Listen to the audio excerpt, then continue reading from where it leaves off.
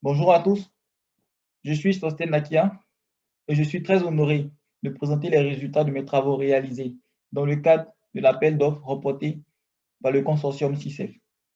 Cette étude propose une estimation du taux de report des marques du bigai, du yellowfin et du skipjack à partir des données d'expérience de salage réalisées dans le cadre de la OTTP. Ce travail a été réalisé sous la supervision de Amandé Monet et Gardner Daniel. Les programmes de marquage sont l'une des plus importantes et exhaustives sources de recherche sur les thons. Les données collectées au cours de ces programmes permettent d'estimer les paramètres biologiques de ces espèces. Il importe toutefois de standardiser les données recueillies en les corrigeant de tout biais avant de les utiliser. Et l'un des biais les plus importants à considérer, c'est le taux de non-report. Le taux de report est la proportion de poissons déclarés parmi les poissons réellement recapturés. La connaissance du taux de report permet de mieux estimer les taux d'exploitation et de mortalité, car il permet de séparer la mortalité naturelle et celle due à la pêche. Pollock a présenté 3 méthodes d'estimation de ce taux de report. La première, c'est l'utilisation de force marque à l'aide d'expériences dites de salage. La deuxième est l'utilisation des données de marquage à forte récompense. Et la troisième est l'utilisation d'observateurs dans des pêcheries à composantes multiples avec un taux de report estimé à 100% pour une composante. Dans cette étude, nous utiliserons les données d'expérience de salage du programme AOTTP pour estimer le taux de report.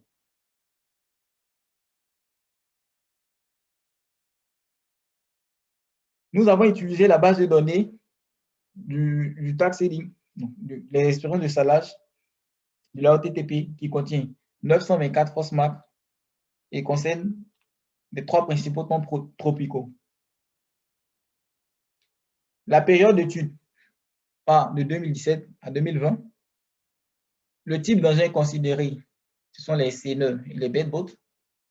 Et les lieux de débarquement concernés sont Abidjan, avec la Côte d'Ivoire, Sénégal, Dakar, Brésil, Afrique du Sud et le Ghana.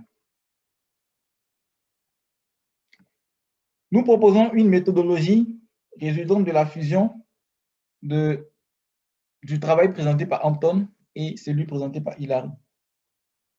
Elle se fera en 3 étapes. À l'étape 1, nous analysons les facteurs susceptibles d'expliquer la variation du taux de report à l'aide d'un modèle GLM binomial. Ensuite, à l'étape 2, nous utilisons les facteurs retenus dans le premier modèle pour construire des strates de taux de récupération, des strates qui sont considérées homogènes à l'aide des nappes de décision. Enfin, à l'étape 3, nous utilisons une approche bayésienne pour estimer le taux de report pour les différents strates que nous avons construits à l'étape 2. Qu'en est-il des résultats? Le premier tableau, en haut à gauche, présente les résultats du modèle GLM. Et nous pouvons voir que seule la variable gay, qui est le type d'engin, n'est pas significative. Les 2 variables les plus explicatives de la variabilité du taux de report sont landing location, qui est le lieu de débarquement, et UE, qui est l'année. Et nous pouvons voir ici la variation du taux de report en fonction de l'espèce, de l'année, de l'engin, qui n'est pas significatif, et ici, du lieu de débarquement. Aussi, nous voyons dans le petit tableau en bas à gauche les paramètres de notre modèle.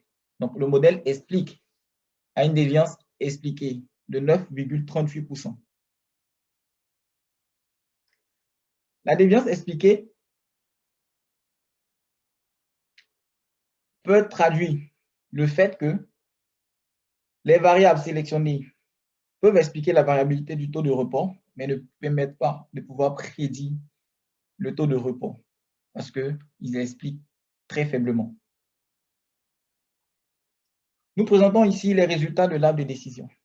L'arbre de décision nous a permis de créer 2 strates majeures sur la base de la variable lieu de débarquement et 3 sous-strates exhaustives en y ajoutant l'année,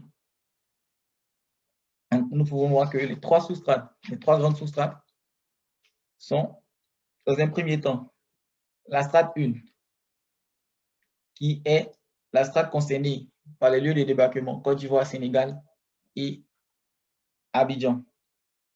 Pour cette strate, le taux de report est censé homogène, indépendamment de l'espèce et de l'année. La strate 2 est la strate qui est composée par le Brésil et le Ghana pour les années 2017 et 2020. Aussi, le taux de report est supposé indépendant, est supposé homogène, indépendamment de l'espèce. Et la troisième strate exhaustive est la strate constituée par les pays Brésil et Ghana pour les années 2018 et 2019, pour lesquels le taux de report est supposé homogène, indépendamment de l'espèce.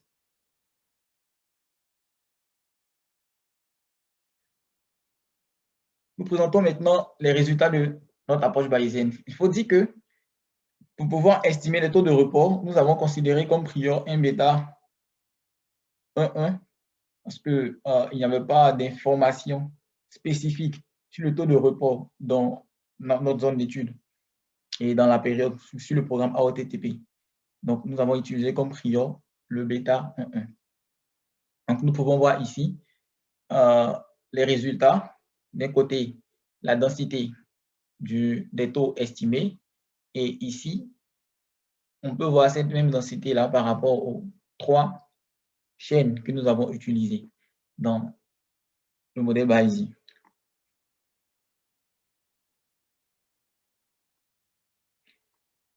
Nous pouvons voir sur ce graphique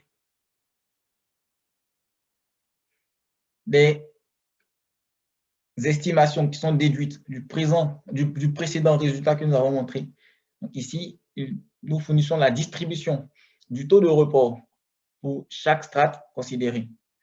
Et en premier lieu, on a la distribution pour les données globales. Donc, c'est le taux de report global pour tout le programme AOTTP. Ici, nous avons le taux de report pour le Ghana et pour le Brésil. Ici, le taux de report pour le Ghana et pour le Brésil pour les années 2018 et 2019. Celui du Ghana et du Brésil pour les années 2017 et 2020. Et celui du Sénégal, de la Côte d'Ivoire et de l'Afrique du Sud. Nous résumons toutes ces informations dans le tableau ci-dessous.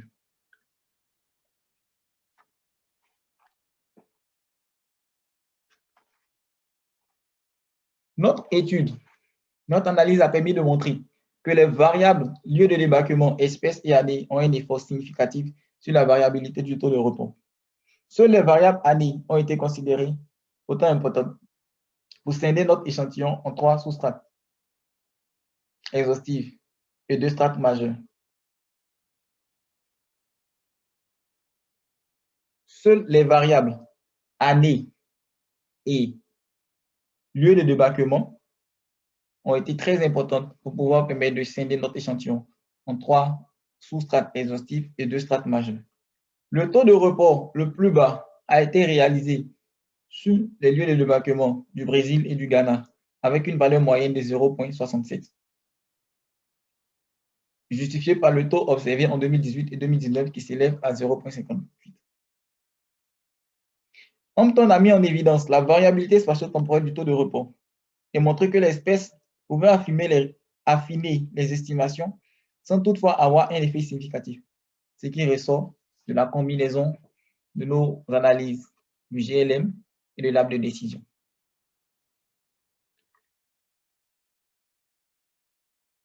Nous avons, concernant le type d'engin,